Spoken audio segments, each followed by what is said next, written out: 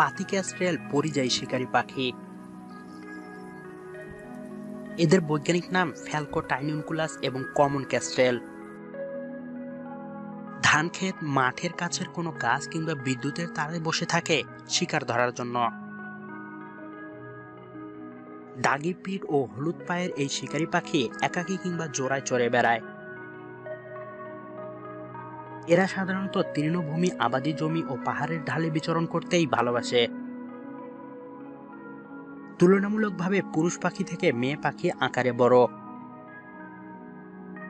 দেহের পালক বাদামি এবং পাটকেলে, মরচে রঙের সিট রয়েছে। লেজের আগায় কালো বলয় আছে। এদের পা ও আঙ্গুল হলদে রঙের, নখর কালচে রঙের। এই পাখির প্রজনন ভূমি হিমালয়ের গিরিচূড়ায় ও পাকিস্তানের পার্বত্য এলাকায়। এরা খাড়া পাহাড়ের ফাটল ও পরিত্যক্ত দালানের ফোকরে খড়কুটো লতাপাতা দিয়ে বাসা বাঁধে। কখনো কাকের খালি বাসায়ও ডিম দেয় এরা। এদের ডিম হলুদ রঙের হয়ে থাকে, সংখ্যায় প্রায় 3 থেকে 6টি পর্যন্ত।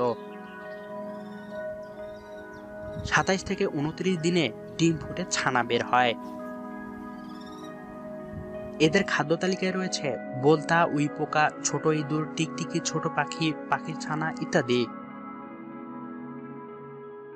বিগত কয়েক দশক ধরে এদের সংখ্যা ক্রমেই কমে আসছে, তবে এখনো আশঙ্কাজনক পর্যায়ে পৌঁছায়নি।